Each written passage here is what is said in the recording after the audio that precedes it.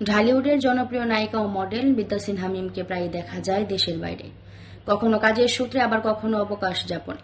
তবে ছুটি কাটাতে বেশি যান এই অভিনেত্রী। কখনো শ্রীলঙ্কা, মালদ্বীপ কিংবা সিঙ্গাপুর, এক এক সময় ঘুরেছেন এক এক দেশে। এবার ফের তিনি উড়াল দিলেন থাইল্যান্ডে।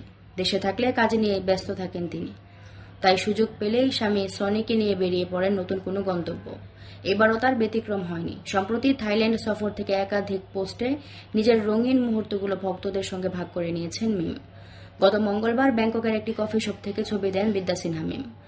হালকা বেগুনি পোশাক, কখনো হাতে ড্রিঙ্কস, কখনো জানালার পাশে দাঁড়িয়ে ক্যামেরায় ধরে দেন তিনি।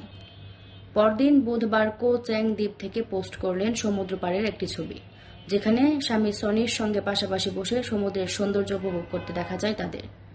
এরপর বৃহস্পতিবার ফের কো চ্যাং থেকে দেন আরও কিছু ছবি। দেখা যায় সাদা পোশাকে, কখনো ক্যাফের সামনে হাসি মুখে স্বামীর সঙ্গে, কখনো পাহাড় সমুদ্রে, যেন মিশে গেছেন তাদের এক অবকাশের সৌন্দর্যে। কখনো পাহাড় সমুদ্রে, যেন তারা মিশে গেছেন তাদের এক অবকাশের সৌন্দর্যে। বলা বাহুল্য, বিদ্যা সিনহা মিমের এসব মুহূর্তে বেশ নজর কেড়েছে তার অনুরাগীদের। তার লুক, লাইফস্টাইলের প্রতিও প্রশংসা করছেন অনেকে।